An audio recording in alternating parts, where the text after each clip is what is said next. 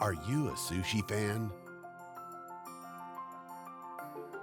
Origami Sushi Bar. Origami Sushi Bar is a restaurant at the Boulevard of Sea Aquarium Beach. You can enjoy your lunch or dinner at our terrace with beautiful sea views. Come and enjoy the new Caribbean sushi.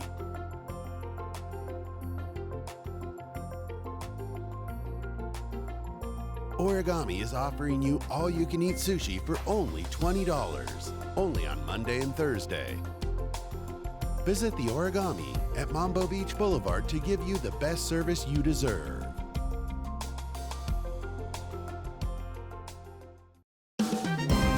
Het belangrijkste nieuws uit Curaçao in het Nederland.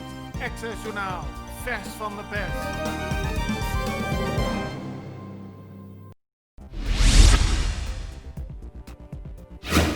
Er zijn dit weekend op Curaçao 22 nieuwe coronabesmettingen bijgekomen. In totaal 17 gevallen zijn te linken aan eerdere besmettingen. Bij 5 gevallen is de besmettingsbron onbekend. Zondag stond het totaal aantal actieve besmettingen op 99. En opvallend is dat er in het Curaçao Medical Center 7 personeelsleden besmet zijn geraakt met het coronavirus. 3 leden werken bij de eerste hulpafdeling. De toename van het aantal coronabesmettingen is een reden om meer maatregelen te nemen. Dat heeft de regering gisteren bekendgemaakt. De Extra meldde vanochtend dat er een avondklok zal worden ingevoerd om daarmee de verspreiding van het coronavirus verder tegen te gaan. Een 50-jarige Curaçaoenaar heeft zich dit weekend aangemeld bij de politie. Hij wordt ervan verdacht de 42-jarige Rutson Lacroem afgelopen vrijdagnacht te hebben doodgeschoten aan de Californiëweg. Lacroem zou daarbij hebben proberen te sussen tijdens een ruzie tussen verschillende vrouwen. Daarbij kreeg hij een discussie met de 50-jarige Curaçaoenaar. Die liep naar zijn auto, haalde een pistool en schoot Lacroem dood.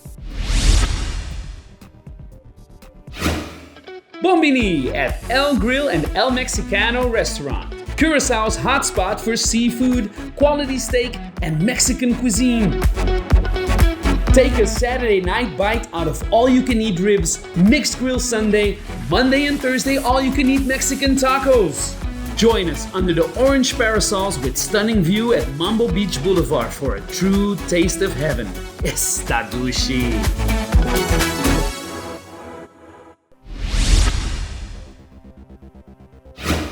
Op Bonaire is vrijdag voor het eerst een coronapatiënt overleden. Dat heeft de overheid bekendgemaakt. Het gaat om een 80-jarige man die in isolatie verbleef in het ziekenhuis op het eiland. Op dit moment zijn er 2 actieve gevallen op Bonaire. 8 mensen zijn inmiddels hersteld.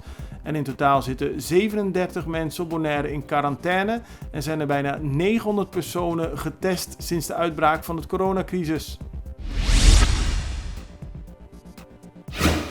De medisch specialisten op Aruba luiden de noodklok. Als het aantal besmettingen niet afneemt en het aantal coronazieken blijft toenemen, kan het ziekenhuis binnenkort geen veilige zorg meer leveren.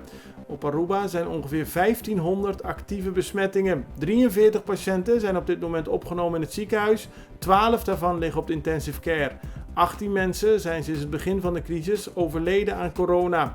De medisch specialisten doen een dringend beroep op de bevolking om zich te houden aan alle maatregelen. Ook vragen zij de bevolking om de komende tijd niet op bezoek te gaan bij familie en vrienden, niet naar feesten of bijeenkomsten te gaan en zoveel mogelijk thuis te blijven. Een commissie van lokale muzikanten heeft dit weekend overleg gevoerd met minister Martina van Economische Ontwikkeling. Zoals bekend is het op Curaçao niet mogelijk om optredens te verzorgen en de minister wil de muzikanten op een bepaalde manier helpen. De commissie wil duidelijkheid daarover en heeft het gesprek aangevraagd met de minister.